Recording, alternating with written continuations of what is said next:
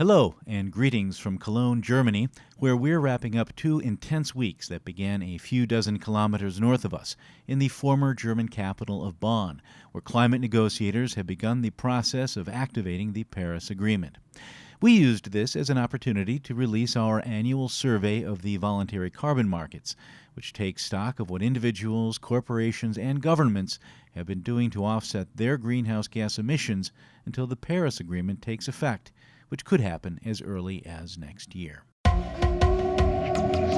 Man may be unwittingly changing the world's climate through the waste products of his civilization. There's a group of us now who are proposing that the Earth has actually entered a new epoch, and that is the Anthropocene. We know that the enemy is carbon, and we know its ugly face. We should put a big fat price on it, and of course, add to that, drop the subsidies. Earth, we broke it, we own it, and nothing is as it was.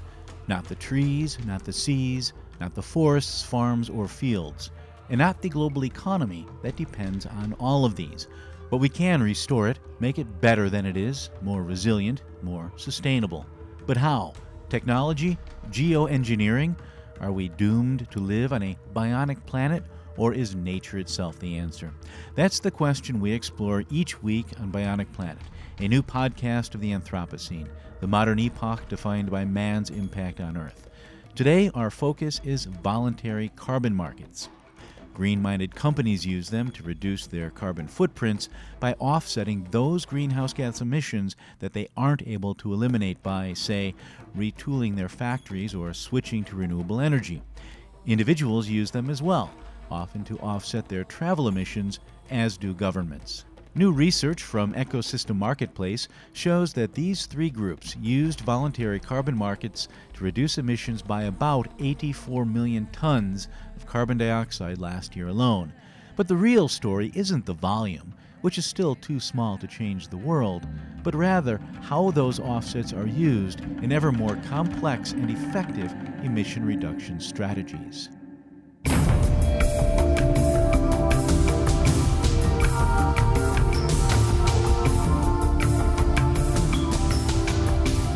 Companies engage in voluntary offsetting for a number of different reasons, but I think one of the sort of key takeaways that we can say about them is that they've usually already looked at their emissions, they've already tried to reduce as much as possible, and then they're at that point where they say, okay, I want to go above and beyond. That's my Ecosystem Marketplace colleague, Kelly Hamrick, who spent a good chunk of the last 6 months on the phone with thousands of carbon market participants, cobbling together the latest State of the Voluntary Carbon Markets report, which is entitled Raising Ambition to reflect the ever-increasing emission reduction targets embedded in the Paris Agreement. You can download the report at ecosystemmarketplace.com/articles/voluntary 2016. Once again, that's ecosystemmarketplace.com/articles/voluntary 2016.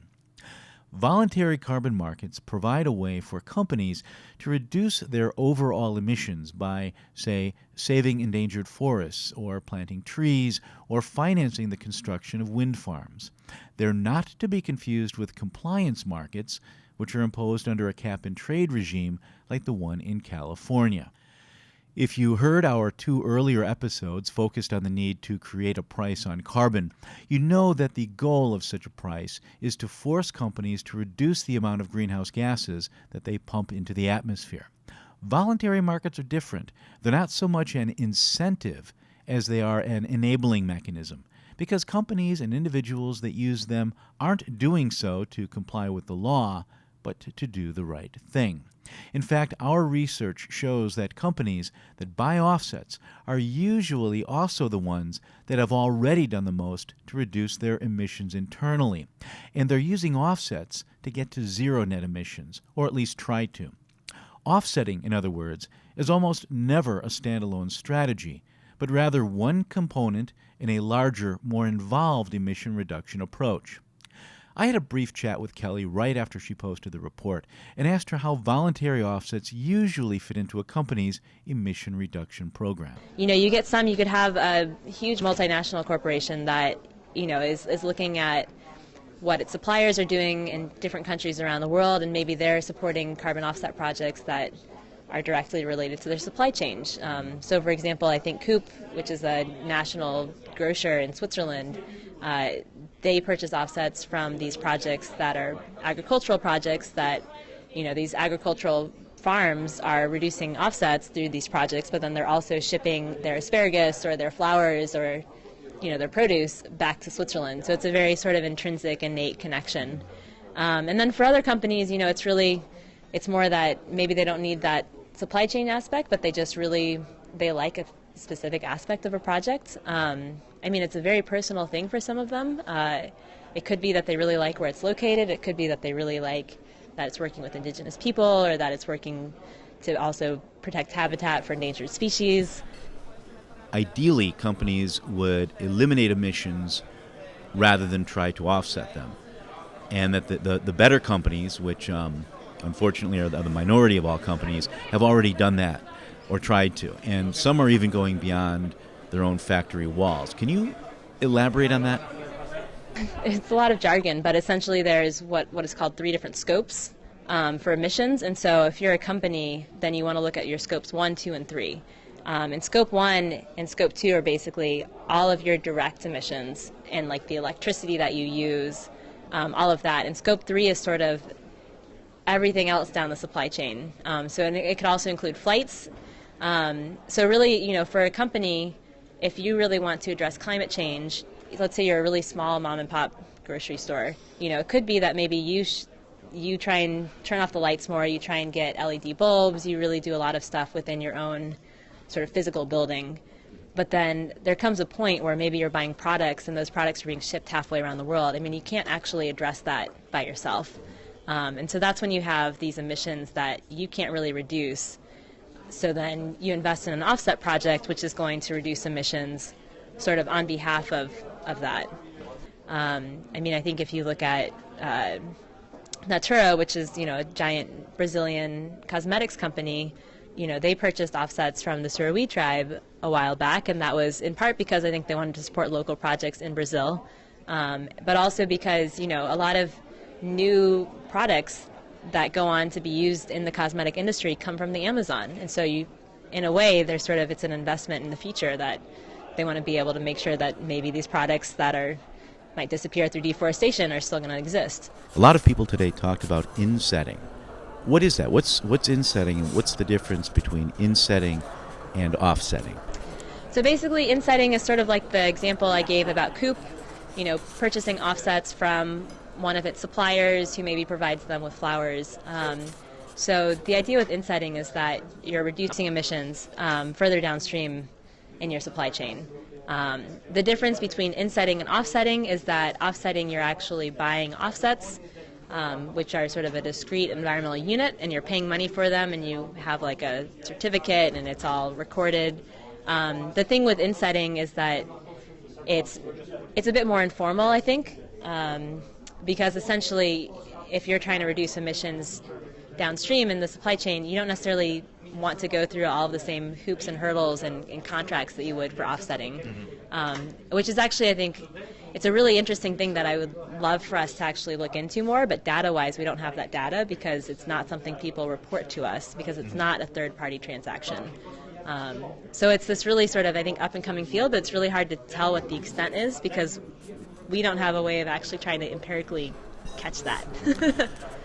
So with Scope 3, if I were, say, buying a car, I wouldn't just offset the gasoline I use. I would actually go and try to figure out how many emissions were generated throughout the entire process of creating this car, going back to the steel mills and everything else, and then I would offset that. Yeah, exactly. And I think the most difficult thing about Scope 3 is really, you can go on forever, right? You can go back to what materials were used and how much energy was used in making the car. You can go back to, how much energy was used to extract those materials. And a lot of companies, what you usually start with is what's simple. You can start with flights, you can start transportation. But, as you sort of check those boxes off, you can keep expanding down the supply chain. And so there's really a lot of different opportunities to look at your emissions. But, at the end of the day, I think we're still, for some of these, limited by the science. I mean, that's a lot. I don't know if you could actually go all the way back with that with your Prius. So it's, in some sense it's limiting, but these people, they want to go right now. They want to try and address climate problems right now, so they're offsetting what emissions they can measure but can't reduce that they know of.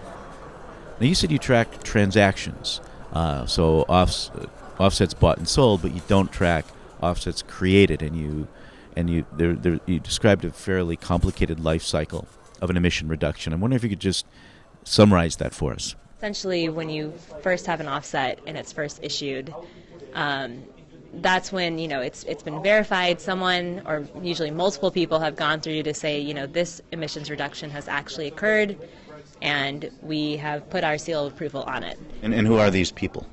So typically verifiers. So you have these third-party companies who will come back and, so the project developer essentially will say, okay, look, I'm doing these activities, I'm reducing this many emissions. There's, some aspect of measurement that's involved in that aspect, but then you don't want to just take people at their word. And so then you have these verification agencies come in and actually audit and make sure and say, yes, that's correct, they're actually reducing these emissions.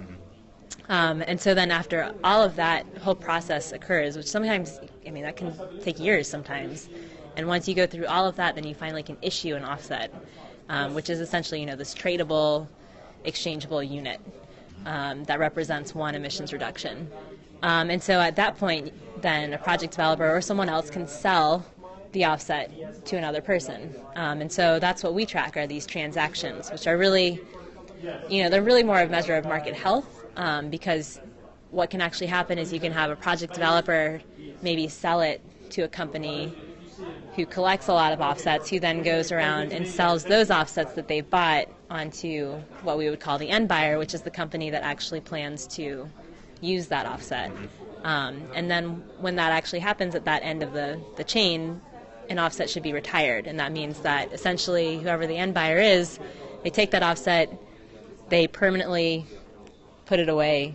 It's on this thing called a registry, which basically is just another sort of third-party platform, which just actually makes sure that, companies aren't just holding on to these offsets and then every year just claiming the exact same ones over and over and saying, oh yeah, well look, we've already got this number, we're carbon neutral. It's like, no, they actually need to retire it. They aren't allowed to touch it anymore. So it's a way of maintaining the integrity of that offset.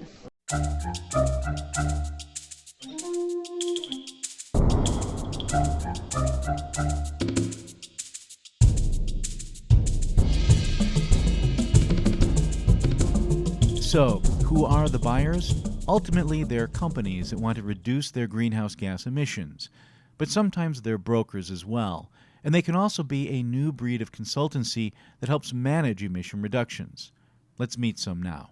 My name is Daniela Spiesmann. I do work for Deutsche Post DHL Group, which you internationally might better know under the DHL Logistics brand. My name is Zubair Zakir. I work with Natural Capital Partners in London. My name is William Tyson. I work for EcoAct, which is a group of experts working with the public and private sector on achieving climate neutrality. One of our major impact is carbon, so we heavily look into what we can do in this area, including solutions for our customers, and there we come to the voluntary carbon market.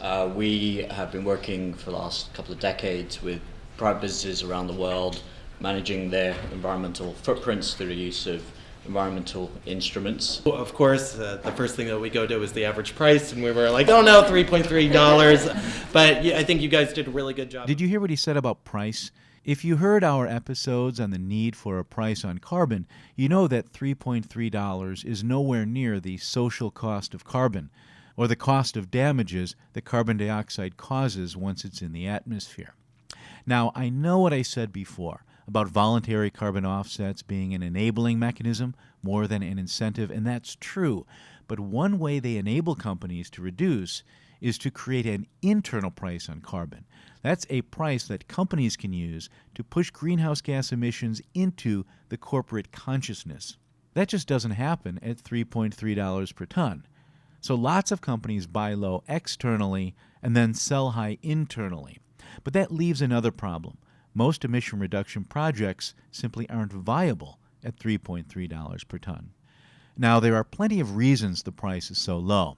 It's mostly because prices reflect political will, and political will has been pretty pathetic until last year. But it's also because the offsets sold last year were created earlier, so there was an oversupply, and it's because large transactions can get away with a lower price. Ultimately, however, a price this low just isn't sustainable. But there's a sense that will be changing after Paris, in part because there are so many other initiatives underway outside of and tangential to the Paris Agreement. We had the Sustainable Development Goals. We had the science-based targets. We had, the carbon pricing initiatives. So, Sustainable Development Goals, science-based targets, and carbon pricing. We've covered carbon pricing a bit in our previous editions of Bionic Planet, and we're far from finished with that rabbit hole. Well, we'll be covering the Sustainable Development Goals in the next edition, so if you're not familiar with them, be sure to subscribe to Bionic Planet or check back soon. The gist is that more and more companies are responding to demands for carbon neutrality. And while many start out by just offsetting, they soon weave offsetting into a broader emission reduction strategy. What we saw is that some companies were really doing it for carbon neutrality purposes and that's it, but others were doing more on a holistic approach, so really trying to figure out how they could integrate carbon offsetting into their internal carbon price that they were evaluating. So that means that we were kind of expanding our services as well to be a little bit more strategic. The reality is that companies are looking at their, or certainly the responsive feedback we're getting in a much more holistic manner. And for me, the really powerful thing about that is now all of a sudden, perhaps not all of a sudden, but after a significant period of time, perhaps we can stop having a conversation about whether offsetting is the right thing to do or not, whether it works. This market's here to stay, and it does work. And I think that's been demonstrated time and time again, but it's pretty clear. The challenge that we have is how to, in the fragmented world that we are in, how to address the individual challenges, individual business drivers of companies in particular regions.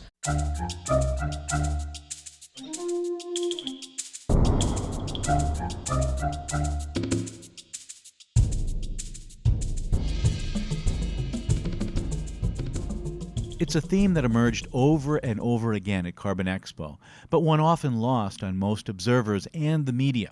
Carbon offsetting isn't a distraction, as some like to say, and it isn't a way for companies to, quote, buy their way out of their obligation.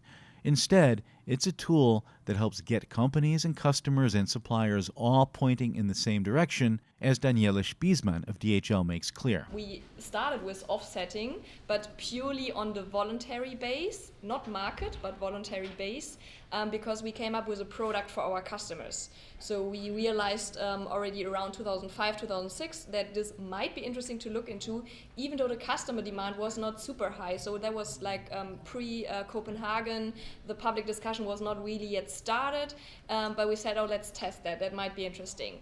So we came up with a kind of a parcel you ship carbon neutral. Today we say climate neutral. We expanded our calculation.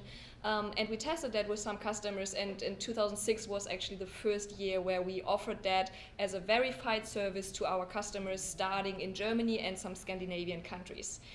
We expanded the service over the last years, and actually 2 years after this project or product start, we came up with our comprehensive Go Green environmental protection program. And there we're linking the two parts. So from the beginning on, we mainly look into carbon because that's the major environmental impact of logistics business. Our business still heavily depends on fossil fuels. With the overall environmental program in the company, we focus on how can we improve our carbon efficiency. This nowadays is becoming visible, for example, with a so-called carbon-free delivery in Bonn and the Bonn region, where we actually fully have switched our first and last mile operations to electromobility on green energy. And in Germany especially, we look now how to expand that concept to further cities.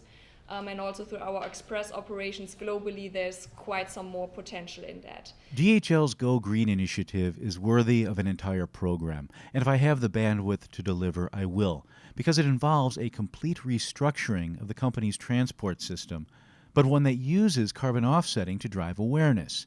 And it's hardly an exception.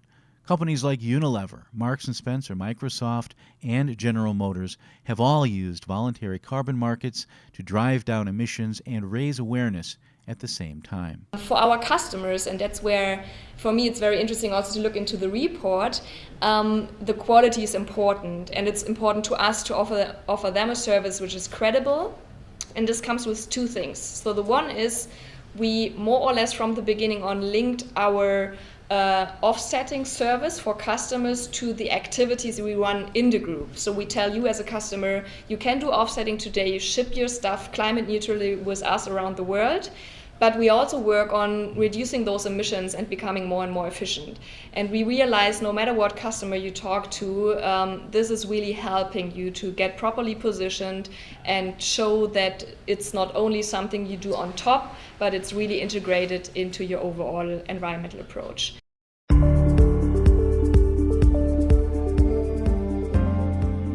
You're listening to Bionic Planet, the podcast of the Anthropocene, the new epoch defined by man's impact on Earth. Do you like what you've heard so far? Do you want to hear more? If so, be sure to subscribe to us on iTunes or TuneIn or Stitcher or whichever service you use to access us. And let the good people of the world know what you think by leaving an honest 5-star review, because the more good reviews we get, the more ears we get. And the more ears we get, the more funding we get. And right now, Bionic Planet has no funding of its own. It's essentially a labor of love, and I'm both the labor and the love. Bionic Planet is written by me, produced by me, and hosted by me, albeit with voluntary support from my colleagues at Forest Trends and Ecosystem Marketplace. If all you do is subscribe, that's great. But if you want to help us materially, you can make a tax-deductible donation to Bionic Planet through Ecosystem Marketplace or Forest Trends. That's ecosystemmarketplace.com and forest-trends.org. But be sure to let them know it's to support Bionic Planet. That way, the money will go towards the freelance budget of Ecosystem Marketplace so that we can commission more stories for the site that we in turn can adapt into coverage for Bionic Planet. If the tax deduction isn't that important, you can also support me directly through the Donations tab at bionic-planet.com. Ultimately, I'd like to scale this up, make it big enough to attract commercial advertising, because that means I'm reaching enough people to make it worth your while to support this effort. And reaching people is what this is all about. If you're interested in becoming a sponsor, email me, Steve Zwick, at steve@bionic-planet.com. Once again, that's steve@bionic-planet.com.